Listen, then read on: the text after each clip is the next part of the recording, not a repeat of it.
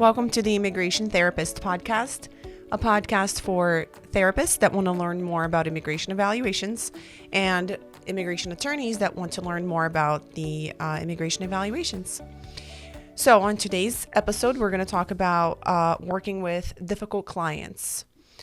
So what does that mean? I know that on another episode, I've talked about working with closed off clients, but I want to expand a little bit more on that today. I want to talk about not just clinically difficult clients. I want to talk about actually non-compliant, possibly antagonistic, or just difficult clients that want to give you a hard time just because, unfortunately.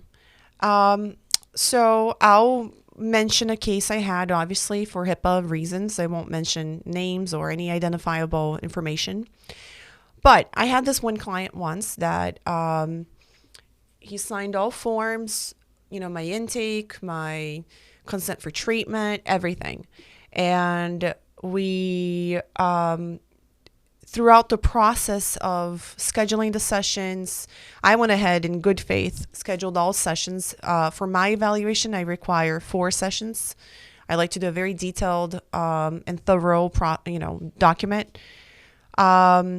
So we scheduled all 4. We started with the first and then the second. And throughout the process, typically I don't, now I implemented a system where I don't do the 4 sessions unless the client does a deposit that covers at least my 4 sessions. I still didn't really have that process when that rule when I saw this client. So throughout the scheduling of the 4 sessions, he made several attempts to pay. He sent Zelle confirmations. He filled out the credit card form, but it ended up being, a card that declined. He constantly checked in with us, my team. He said he was going to make a payment by such date, and he was very affirming and gave us the notion that the illusion that he was compliant.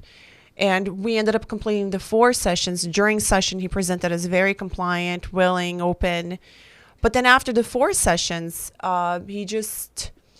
the excuses not to pay grew blatant. And he, reached the point that he said he wasn't going to pay us. He didn't even give us a reason. He just said he wasn't going to pay us. So that was a very weird scenario because clinically he was open and compliant. He filled out all the forms, but he turned at the end. And so I just wanted to talk about that today. Clients that are difficult beyond the clinical realm.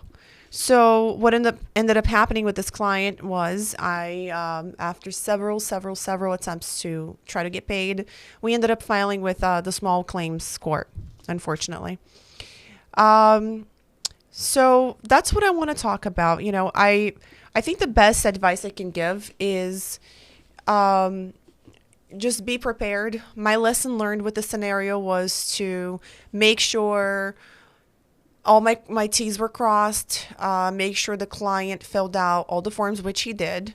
But also I started requiring a deposit in order to start the evaluation. Just because if anything like this ever happens again, at least my time was already covered. So, again, the tip of the day today is, yes, you'll unfortunately deal with difficult clients just because it's human nature. In a therapeutic setting, we deal with these clients sometimes, clients that are very difficult. And as far as the operations part goes, this is true for therapists and immigration attorneys. You will deal with difficult clients. They might be cooperative in one aspect, but uncooperative in other aspects, just like this example I just gave. So just be ready. And the best thing I can recommend, as usual, is having a system.